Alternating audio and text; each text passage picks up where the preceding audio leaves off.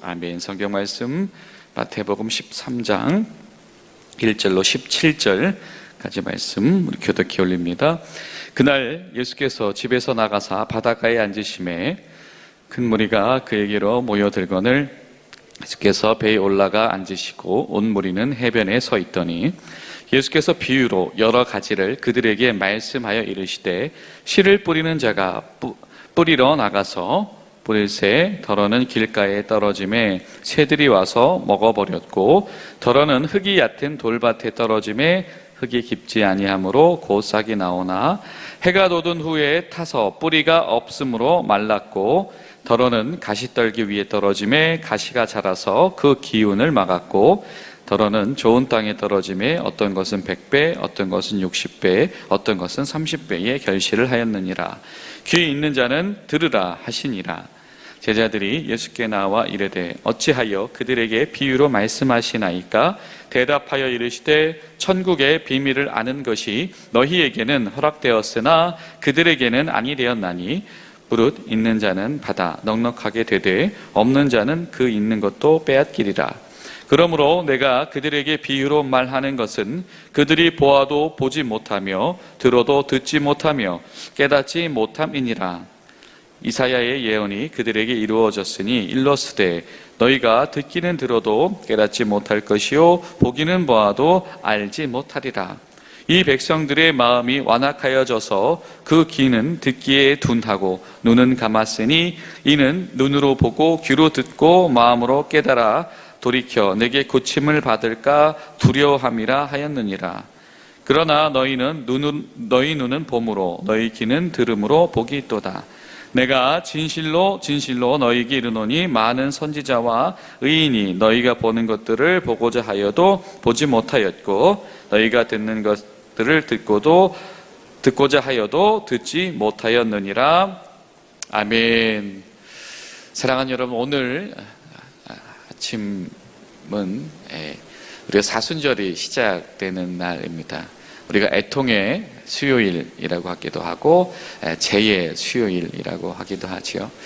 여러분, 오늘부터 우리가 부활의 아침을 만날 때까지 우리 하루하루 처음 시간을 만날 때마다 우리가 하나님 이 기간을 통하여서 예수님을 더 사랑할 수 있도록 우리 마음을 주장하여 주시옵소서.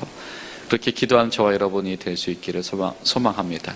그리고 더불어서 우리가 애통하는 자들의 마음, 죄를 뒤집어 쓰는 자들의 마음은 어떤 것이었을까요? 쓰러져가는 하나님 나라에 대한 이 안타까움이 있는 이 선지자들의 마음이었을 것입니다. 마찬가지로 우리가 바라보며 기도해야 되는 것들, 이 세대를 위해서, 이 시대를 위해서 또 이 하나님 나라를 받아들이지 못하는 이 모든 영역들을 위해서 또 이 자신감과 또 힘을 잃어가고 있는 교회들을 위해서 우리가 죄를 뒤집어 쓰는 자들의 마음으로 또 애통하며 기도하는 시간이 될 수 있기를 간절히 소망하고 부탁을 드립니다. 또 더불어서 이제 오늘부터 우리 성도님들 이 성경 특별히 신약 일독에 함께 하게 되었는데요. 어제까지 이제 80여 명이 신청을 해 주셨습니다. 함께 하시는 분들 감사드리고 여러분 오늘도 늦지 않았습니다. 오늘도 신청하셔서 오시는 분들은 다음 그룹에 편성이 될 테니까요. 하루에 15분 정도 또 20분 정도만 구별하시면은 우리가 이 일에 동참할 수 있습니다. 더 많은 분들 참여해 주시기 바라고요. 그리고 여러분 이번 주 토요일에는 우리 중고등부 수련회가 있는데요. 특별히 우리 저녁 7시부터 8시 반까지는 예배당에서 우리 집회가 있습니다. 그래서 외부의 찬양 팀도 오시고 목사님도 오셔서 우리 은혜의 시간을 가지도록 우리 중고등부에서 준비하였는데 여러분 우리 부모님들은 모두 다 꼭 같이 참석하셔서 우리 학생들과 은혜를 나눴으면 좋겠고 또 기회 되시면 우리 성도님들도 같이 오셔서 우리 학생들 참여하고 있는 우리 학생들을 기도로 후원하시고 또 같은 찬양과 말씀으로 은혜를 나누는 시간이 됐으면 좋겠습니다. 여러분, 토요일 7시입니다. 기억해 주시기 바랍니다. 말씀으로 다시 들어갑니다. 이 마태복음 13장부터는 예수님께서 하신 비유가 8가지가 연달아서 등장하기 시작을 합니다. 그리고 이 비유들은 하나를 향해서 모두 초점이 되어져 있는데, 그것은 바로 하늘나라, 하나님 나라에 관한 것입니다.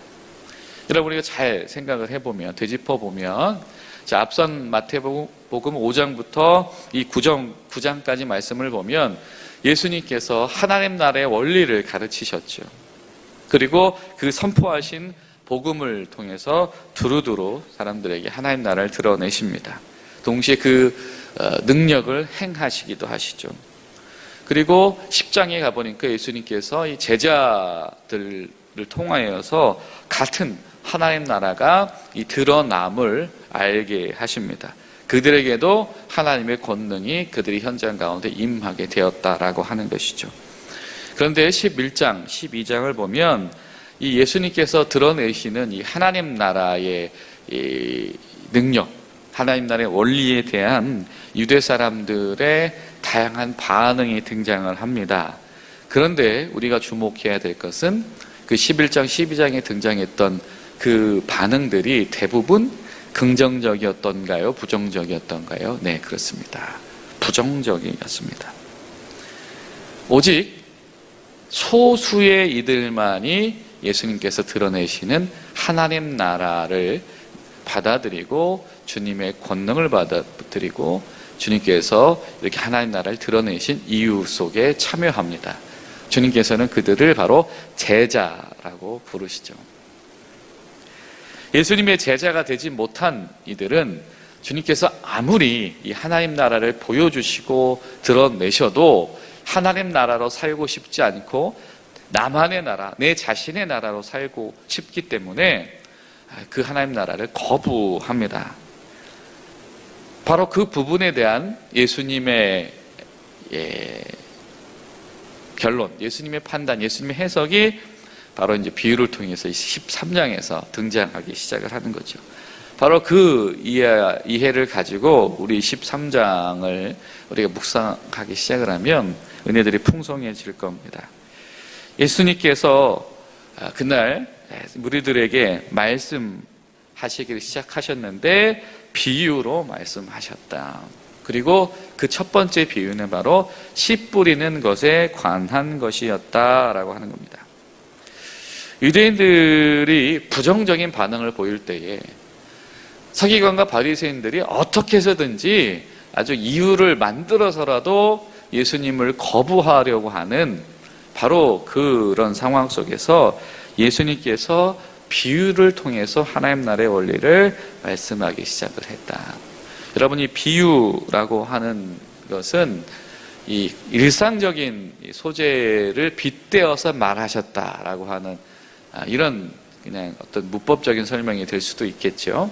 예수님께서 이 비유를 말씀하신 것은 그냥 어떤 논증이나 논리로 설명을 하는 것보다 사람들이 잘 알 수 있는 일상 속에서 만나는 씨 뿌리는 거는 농사 짓는 사람들 주변에 있는 누구나 다 알 수 있는 것이니까요.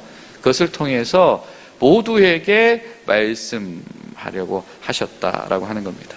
자, 그런데 여러분, 우리가 예수님의 이 비유들, 이 일상적인 이 소재들을 만날 때 주목해야 될 것은 무엇이냐면 반드시 예수님께서는 그 일상성 속에서 비일상성을 말씀하신다라고 하는 겁니다.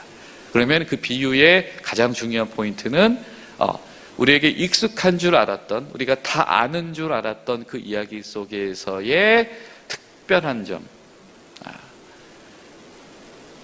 비일상성, 바로 그것에 우리가 주목을 해야 된다. 자, 씨를 뿌린다. 그런데 그 씨를 뿌리는데 어떠한 일들이 일어납니까? 덜어는 어떻게 돼요? 길가에 떨어지니까 새들이 먹기도 하고, 덜어는 어떻게 돼요? 흙이 얕은 밭에 떨어지니까 깊지 못하고, 또 해가 돋은 후에 타서 다 말라 죽게 되어졌죠. 그리고 가시떨기에 떨어지니까 영양가를 다 뺏기고 또 죽게 되어집니다. 그리고 일부만 좋은 땅에 떨어져서 결실을 맺었다. 씨 뿌리는 행위는 굉장히 일상적인 행위이지요. 그런데 여러분, 이 씨 뿌린 행위가 일상적인데 오늘 말씀 보니까 이 4종류 중에 3종류가 씨가 낭비되는 경우죠. 75%. 보통 농사 짓는 이들이 이렇게 농사 짓지는 않습니다. 그렇죠? 예, 75%의 씨앗을 낭비하면서 농사 짓지는 않아요. 바로 포인트가 거기에 있습니다. 낭비되어짐이 일어나게 되어지는 것. 이 비일상성.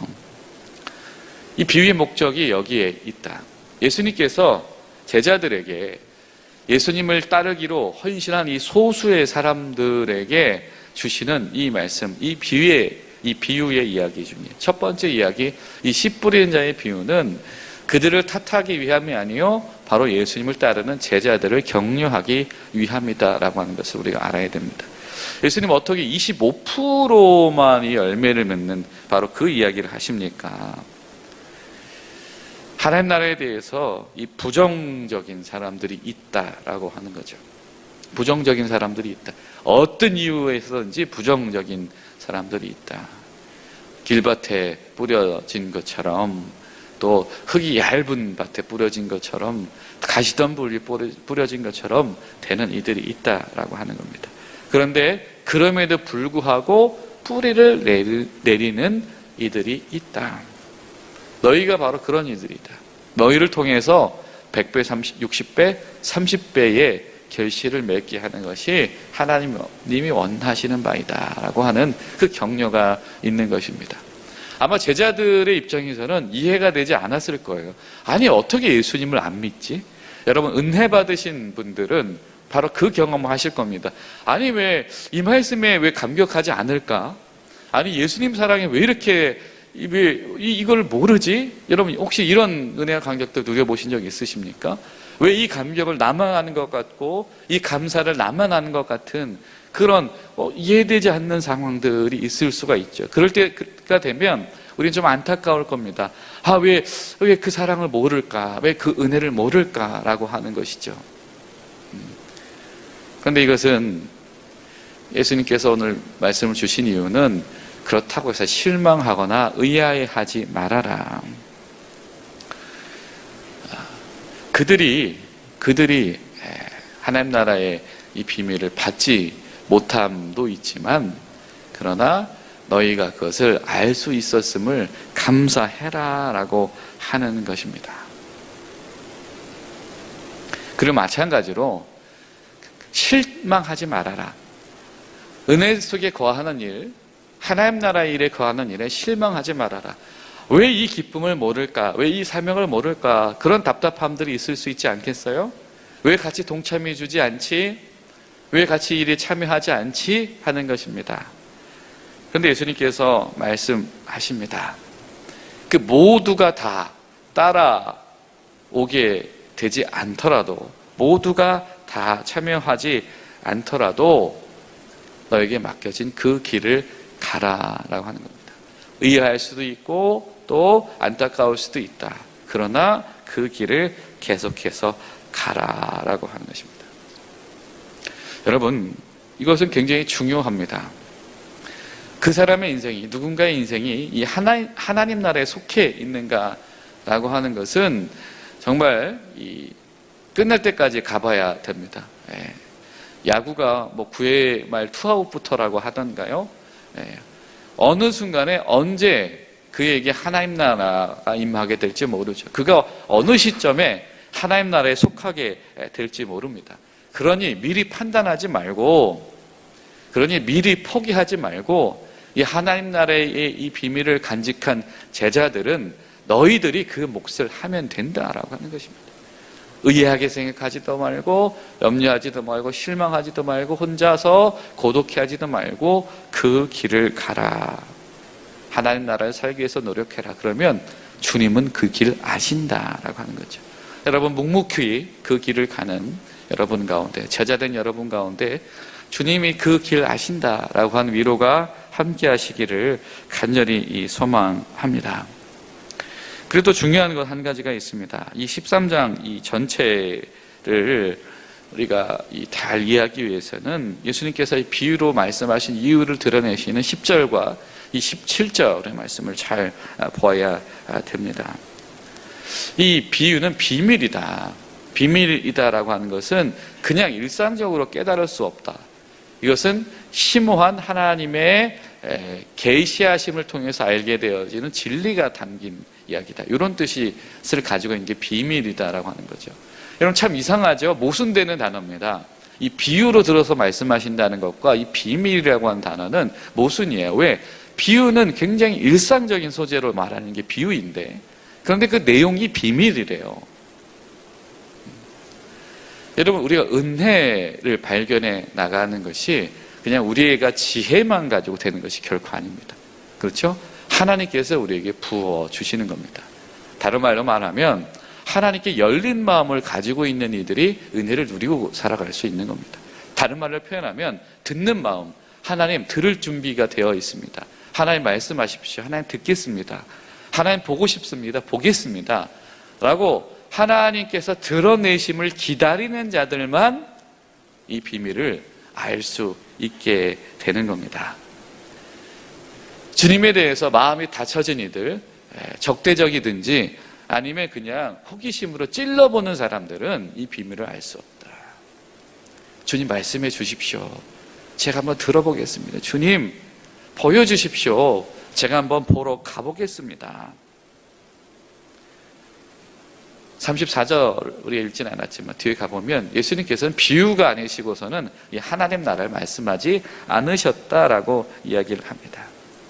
가진 자들은 더 풍성하게 되어지고 마음이 닫혀진 자들은 아무리 백날 들어도 알 수 없는 것이 하나님 나라의 은혜이다. 비유를 통해서 명확히 드러나는 것은 내가 하나님 나라를 받아들이는 사람인가 받아들이지 않는 사람인가. 여러분 이것은 아주 단순합니다. 이 말씀 속에 당시에 어떤 예수님을 거부하는 유대인들만의 문제가 아니고, 여러분 예수님의 이 비유들을 보면서 저 여러분의 가슴이 뛴다 그러면, 감동이 있다 그러면 우리 마음은 열려져 있는 것입니다. 그런데 이 비유들, 이 비유 이런 거야, 이런 내용이야 라고 그 내용이 그냥 일상적으로 우리 가운데 지나가 버리고 끝난다라고 한다면 저 여러분은 주님을 향해서 마음이 닫혀진 사람들입니다. 기도하실 것은 이 사순절 기간에 하나님 우리 마음이 열려지게 하시옵소서. 이 예수님의 비유가 우리 생각과 가슴을 뛰게 만드는 놀라운 신비가 되게 하시옵소서. 그런 마음으로 나아갈 때 여러분 우리가 하루하루를 주님 주시는 감동 속에 살아가게 될 수 있을 줄로 믿습니다. 여러분 그 은혜로 거하시는 복된 하루 되시기를 간절히 소망합니다. 기도하시겠습니다. 살아계신 하나님, 우리를 제자로 불러주시니 감사드립니다. 주님, 저희들 알기를 원합니다. 더 잘 알기를 원하며 더 잘 감격 속에 거하기를 소망합니다.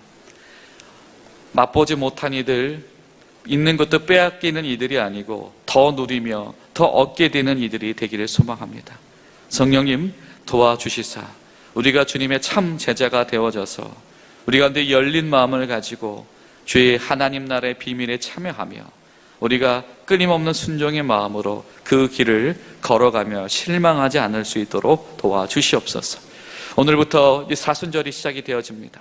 주님 이 기간 동안에 우리 중앙교회 성도들 한 사람 한 사람이 예수님을 더 사랑하게 도와주시옵시고 하나님 나라를 위해서 애통하는 마음을 가질 수 있도록 도와주시옵시고 또 특별히 우리 성경 통독으로 함께하는 이들 가운데에 은혜를 주셔서 풍성함을 누리도록 도와주시옵소서.